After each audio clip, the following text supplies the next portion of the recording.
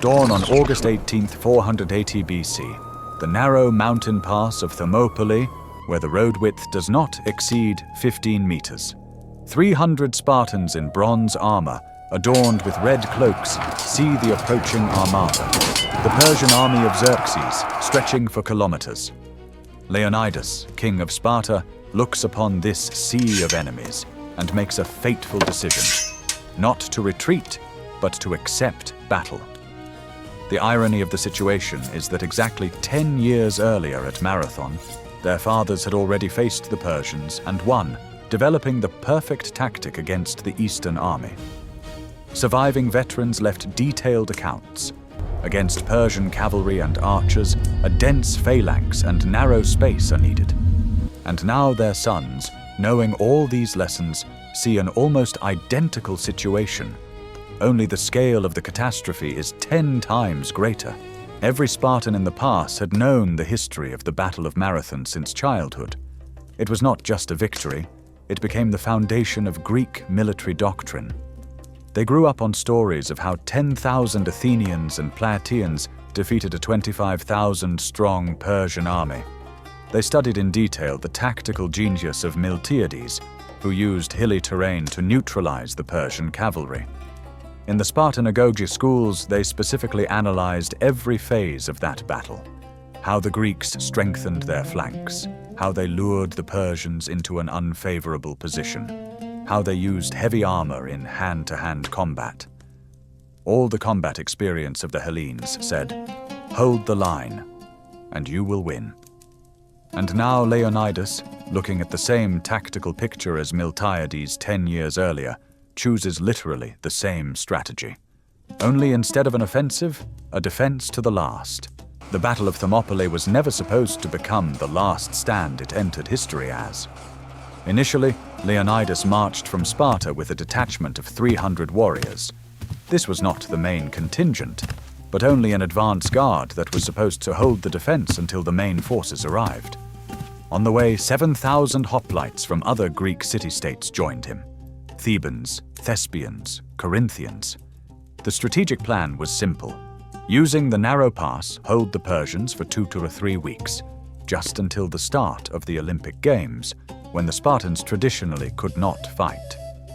But by mid-August, the Persian army had already been methodically ravaging northern Greece for a month, and it became clear no help would come.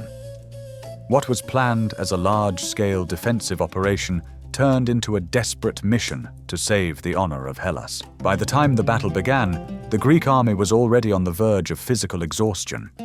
They had spent weeks in the pass under the scorching August sun, suffering from a lack of water and food. Historical chronicles describe hoplites forced to drink brackish water from mountain springs. Many suffered from intestinal disorders. Their bronze armor, weighing up to 35 kilograms, heated up in the sun like frying pans, leaving burns on their bodies. Many warriors had removed their sandals. The skin was rubbed raw from constant movement on the rocky ground. When Persian scouts first saw these emaciated warriors, they reported to Xerxes of an easy victory. But they failed to account for one thing. Behind the physical exhaustion lay a steely Spartan will. When the Persian intelligence reported the number of Greeks to Xerxes, he initially wouldn't believe it. He sent new scouts. Seeing that the Spartans were indeed doing gymnastic exercises and combing their hair before the battle, according to their ritual, the Persian king would fly into a rage at such disregard. His commanders would spend a week trying to persuade him not to throw the entire army into an assault, but to use the fleet for a flanking maneuver or bribe traitors among the Greeks. But Xerxes, confident in his strength, would order the Immortals, the elite of the Persian army, to throw these insolent Greeks into the sea in a single day. The night before the assault in the Persian camp resembled a feast during a plague. Officers drank wine, placed bets on who would be the first to deliver Leonidas's head to the king. Only a few veterans who remembered Marathon looked at the burning Greek campfires in the mountains with growing anxiety. Meanwhile, a different atmosphere reigned in the Greek camp. Leonidas, knowing about the traitor Ephialtes who was already leading the Persians around, convened a war council. He offered all allies to retreat. Their death here was meaningless. But 700 Thespians and 400 Thebans voluntarily remained. This night became their farewell to life. Warriors wrote farewell inscriptions on stones, exchanged personal belongings, remembered their families. Leonidas walked the positions, telling each warrior, "Tomorrow we shall dine in Hades." Yet discipline remained perfect. Sentries stood watch, weapons were checked, armor polished to a shine. They met their fate not as victims, but as masters of their situation. The Thermopylae Pass in the 5th century BC represented the perfect defensive line. On one side, almost vertical cliffs, on the other, the marshy sea coast. The width of the passage at its narrowest point did not exceed 15 meters, just 10 to 12 warriors in a row. The Greeks further enhanced the natural fortress by restoring an old wall and building additional barricades. Leonidas placed his Spartans in the first line. They were armed with longer spears and better protected. Allies stood behind them, creating a layered defense. The rocky ground underfoot precluded the use of Persian cavalry, Xerxes' main striking force. It was a trap the Persians could not bypass, only break through head-on. The Greeks used every feature of the terrain. The Euxine cleared fields of fire for their few archers, prepared piles of stones to drop on the attackers, and dug camouflaged pits in front of their positions. But their main weapon was the phalanx, a battle formation perfected by the Spartans. Every hoplite knew his place, every man understood the maneuvers. They had trained since childhood to fight in tight quarters, maintaining formation. Their long, dory spears, about 2.5 meters, created a deadly wall that no warrior in light armor could breach. Leonidas personally conducted the final training, practicing the rotation of ranks in confined space. The morning war council of the Persians resembled theater of the absurd. The experienced commander Hydarnes, who had fought under Darius, proposed a sensible plan: to demonstrate a frontal attack with the main army, while a 20,000-strong detachment outflanked the Greeks through the mountain paths.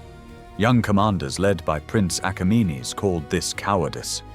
Xerxes himself, confident in numerical superiority, demanded a quick and spectacular victory.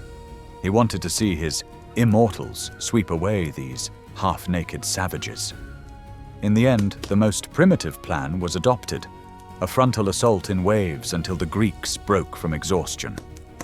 This decision would cause the death of thousands of the empire's best warriors. Xerxes' army, estimated by historians at 200,000–250,000 warriors, was a veritable Babylon of peoples. Here were heavily armed Persian Immortals in scale armor, Median archers with composite bows, Arab camel archers, and Ethiopian warriors in leopard skins with war paint. But this diversity became their weakness. There was no unified tactics, no unified weaponry, no unified command. The most formidable units, Bactrian and Saka cavalry, proved useless in the narrow pass. The war elephants, sent by Indian vassals, couldn't even turn around on the narrow path. Persian commanders, accustomed to winning by numbers, didn't understand that against a disciplined phalanx in a defile, their numerosity worked against them. The rear ranks pushed the front ranks straight onto Greek spears. The morning of August 18th began with a psychological attack. The Persians sent forward captive Greeks from northern city-states, hoping to demoralize the defenders. When that failed, the first waves of light infantry, Medes and Scythians, went into battle. They ran towards the Greek positions with war cries, but their lightweight wicker shields and short spears couldn't withstand the power of the phalanx. The Spartans methodically, almost mechanically, extended their long spears, creating a deadly wall. The first ranks of attackers fell, the next stepped on them. The very meat grinder work that Leonidas had planned began. By noon, the slope in front of the Greek positions was piled with bodies up to a meter high. Xerxes, watching from his golden throne on a hill, furiously ordered the Immortals into battle. The chosen Persian warriors in golden armor with pomegranate decorations advanced as if on parade, in even ranks, with silver pomegranates on their spear butts. But in the narrow pass, their superiority in individual training meant nothing. The Greek phalanx worked as a single organism. When the front ranks tired, they withdrew on command, and fresh fighters took their place. The Persians couldn't even swing their weapons properly. They were crowded by their own comrades. Leonidas personally directed the rotation of ranks, being in the front line. By evening, the Immortals had lost up to a third of their strength and retreated in disorder. More than 2,000 Persians lay dead on the battlefield against 20-30 Greeks. The first day ended in a crushing failure for the Persians. But instead of changing tactics, Xerxes decided to simply throw more troops at the problem. At night, he ordered the execution of several immortal commanders for cowardice. The situation in the Greek camp was different. Leonidas received news from scouts that the Persians had found a guide and were leading a detachment around through the mountains. The king understood tomorrow's battle would be their last. He sends messengers to the main Greek forces with orders to retreat, while he himself remains with 300 Spartans, 700 Thespians, and 400 Thebans to cover the withdrawal. The morning of August 19th began with even more fierce attacks. Xerxes placed barrier troops behind the battle lines who were to kill anyone who tried to retreat. Wave after wave of Persian warriors advanced on the Greek positions, now over the bodies of their fallen comrades. The Greeks fought with the desperation of the doomed. They knew no help was coming. The Spartans brought their short Xephos swords into play, perfect for close combat in tight spaces. By noon, the pile of bodies reached 2 meters high, and the Persians had to climb over corpses to reach the Greek positions. But the phalanx's discipline held. They repelled attack after attack. Around noon on August 19th, the Persians finally emerged in the rear of the Greek positions. Hydarnes' detachment, led by Ephialtes, had crossed the mountain path and ended up behind the defenders. Scouts reported the enemy's approach to Leonidas. The king convenes a final war council. They are now surrounded. The Thebans, except for 400 volunteers, surrender on Leonidas' orders, possibly as an embedded fifth column. The others prepare for the final battle. Understanding that the pass could no longer be held, Leonidas makes a brilliant tactical decision. He abandons the main position and leads his warriors out to a wider area in front of the pass. This allowed them to deploy the phalanx and fight a final battle, inflicting maximum damage on the enemy. The Spartans and Thespians form a classic square, a formation several ranks deep around the perimeter. Now they face not only forward, but in all directions. They are surrounded by the entire Persian army. The last battle at Thermopylae lasted about 3 hours. The Greeks withdrew to a small hill where they could fight back to back. The Persians attacked from all sides, but the disciplined phalanx continued to hold. Leonidas was in the front ranks, fighting as a common warrior. According to tradition, 2 of Xerxes' brothers, Abracomches and Hyperanthes, died at this moment, further demonstrating the ferocity of the fighting. The Greeks fought to their last breath. When spears broke, they fought with swords. When they lost their swords, with daggers and hands. Leonidas fell one of the last, struck by a Persian arrow. The Spartans immediately formed a living wall around his body. 4 times the Persians tried to break through to the king's body, and 4 times the Greeks drove them back. This episode became a symbol of the entire battle. Even in death, the Spartans maintained discipline and will. When the last defender of Leonidas' body fell, the Persians mutilated the corpse in fury, an act that would later haunt them at Plataea. According to various estimates, over 3 days of fighting, the Persians lost between 10,000 and 20,000 warriors, including 2 of Xerxes' brothers and many noble commanders. The Greeks lost about 2,000 men, mostly on the final day. But the main outcome wasn't the arithmetic of losses, but the time won. In these 3 days, the Greek fleet managed to prepare for the Battle of Salamis, and the land forces to fortify the Isthmus of Corinth. Thermopylae became a tactical defeat, but a strategic victory. The most astonishing thing in this story is that the Persians didn't learn from Thermopylae. Just a year later at Plataea, they would again try to use tactics of numerical superiority against the Greek phalanx, and again suffer a crushing defeat. It seems imperial pride prevented them from admitting that against discipline and tactics, numbers were powerless. This blindness ultimately cost the Persian Empire its possessions in Europe.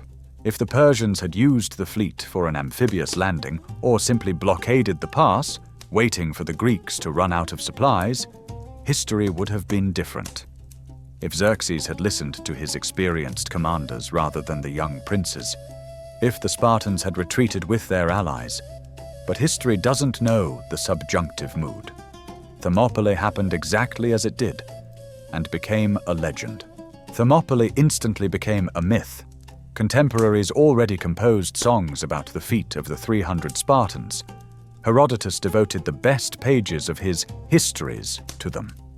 In Sparta, they erected a monument to the fallen with the epitaph, "Stranger, go tell the Spartans that here we lie, obedient to their laws." This story has inspired artists, poets, and politicians for 2,500 years. Even Nazi Germany and Soviet propaganda used the image of the Spartans for their own purposes. Such is the power of this myth. Thermopylae entered all textbooks of military art.